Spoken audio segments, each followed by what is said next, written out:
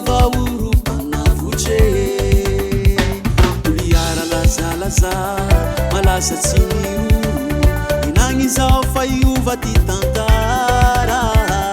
tindaty fa iova fo tuliara tsy hiroro ani Jesosy tuliara wani Kristi Kristi wani tuliara tangi ai toi fali uva tulu ya bifali bebake tuliara wan Jesosy tuliara wani Kristi Kristi wani tuliara tangi ai toi fali uva tulu ya bifali bebake tuliara wan Jesosy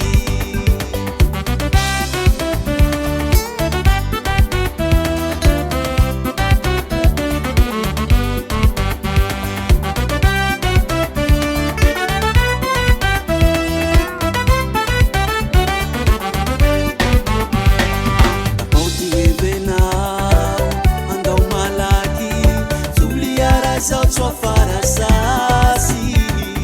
tuliara hiuva ula samera tuliara nao tuliara vahuva tuliara wani Kristi Kristi wani tuliara tangi ai toi fali uva tulu ya bifali bebake tuliara wan Jesosy tuliara wani Kristi Kristi wani tuliara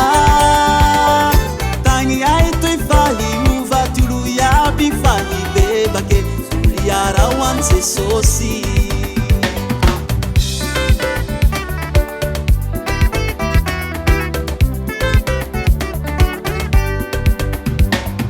tuliara wani Kristi Kristi wani tuliara tangi ai toi fali uva tulu ya bifali bebake tuliara wan Jesosy tuliara wani Kristi Kristi wani tuliara tangi ai toi fali uva tulu ya bifali bebake tuliara wan Jesosy tuliara wan Jesosy tuliara wan Jesosy